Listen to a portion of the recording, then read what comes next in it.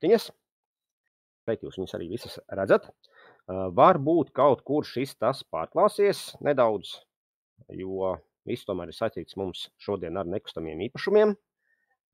Bet, šīs visas lietas tiks apskatītas, ja kaut kur kaut kas pārklāsies, neņemiet ļaunā.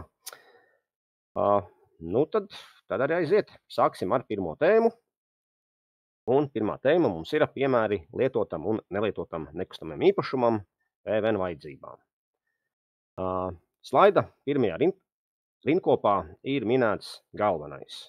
Kas tad mums ir no PVN likuma un ministru kabineta noteikumiem numur 17, kas tad mums ir priekš PVN vajadzībām nekustamais īpašums. Tā ir tā teorija, kā es teicu sākumā, bez kuras iztikt nevar. Ja jums ir kaut kas no šī visa, kas ir minēts pirmajā rindkopā, tad jums ir nekustamais īpašums